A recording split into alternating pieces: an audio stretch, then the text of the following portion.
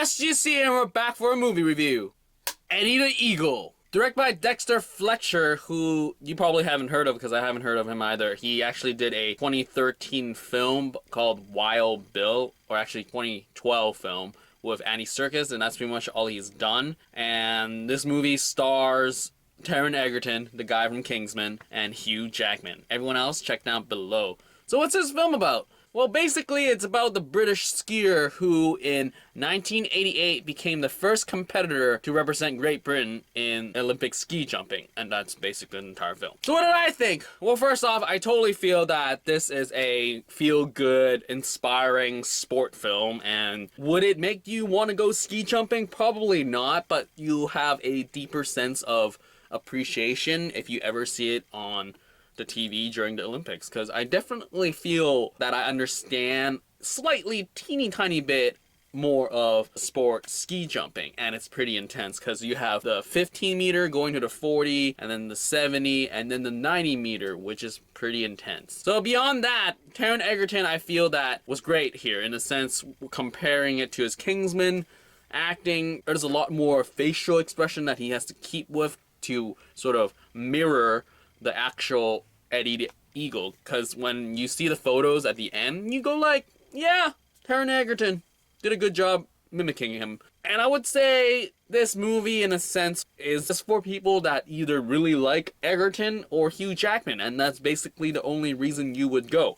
I got this at his advanced screening, so I was like, free movie, why not? So I went and I saw it. It's interesting in a sense where Hugh Jackman's casting is a double-sided sword, because it definitely panders to the people that like him, but at the same time, you wouldn't go watch it because you feel like it's a cop-out, oh, I just need the money type of role for him. And I would sometimes feel like it is, though it seems like he had fun on screen. There's this one really interesting ski jumping imagery training technique that he pulls off that I feel that anyone that really likes Hugh Jackman will really, really enjoy. I think my buddy really enjoyed it in that sense. Beyond that, I would say Hugh Jackman, Egerton chemistry is somewhat there in a sense with the whole reluctant coach and the hard-working noob to the scene. So it's a trope that's been done over and over again. And I feel people will like this film in a sense where it has good ratings, in a sense where it has 70% or something on Rotten Tomatoes. During the advanced screening that I watched, people actually was convinced that he was going to die. There were people that shrieked when he accidentally fell off the 7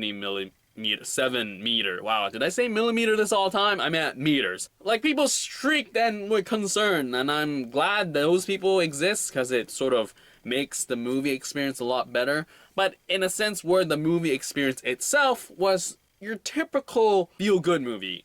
There was no risk here, there was no arcs that could have built the story more, and in a sense it goes back to what I've been saying all this time concerning all these inspired, based by true events.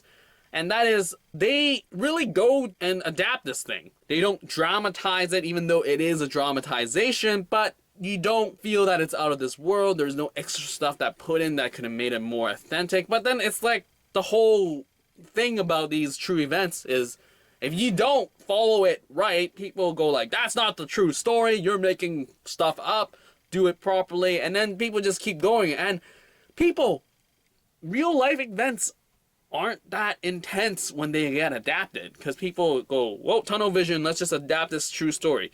I didn't review this yet, but Spotlight is exactly the same thing, in the sense where the acting was amazing from Mark Ruffalo, but the way the movie was paced or filmed, it's not that amazing. It's just a feel good, or in Spotlight sense, feel bad for the people that were affected in that movie and feel happy that Spotlight's doing their job.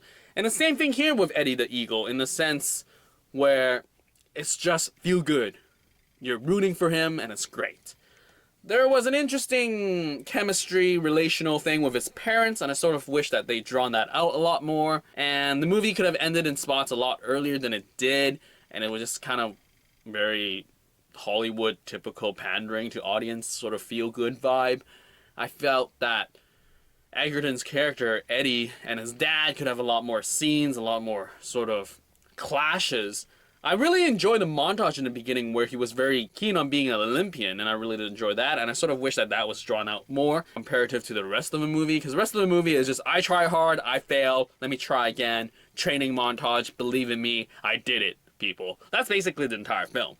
So I felt like the beginning where he was being a little kid and then a lot of teenaging happening, and I think that would have been more interesting than the actual jump. And that's the sad part, in the sense where the actual jump isn't that amazing. He broke a British world record because he's the most recent British ski jumper since 1929, and this was 1988. So the story in of itself is not that amazing. The event is not that entertainment Hollywood value, but rather I feel there would have been tons of stuff to play with when he was a kid. Why was he so adamant? I mean, in the trailer, it talks about how he has sort of a weak knee or something happened with his knee, and it fixed, and that was like, bam, we don't have to talk about the inner struggle of his life. That would have been so much more interesting as to why he even bothered to keep on doing Olympic stuff. I mean, sure, he talks about it when he's older, and he's like, oh, the first time I could read, or when I was in hospital, someone gave me this book, and I was all about Olympics, and I was great. That's great. But if they show that, that would have been so much more interesting. And Christopher Walker here is total waste of time. Totally could have been recast. Was totally unnecessary. So this movie had a great thing going for it. But then they just wanted to focus on Taron Egerton and Hugh Jackman training montage. Because, I mean, when's the last time we've seen a training montage, guys? Not that far ago. Creed. Before that, probably. I don't even want to bother thinking about it. But Eddie the Eagle did what it needed to do in a very boring way.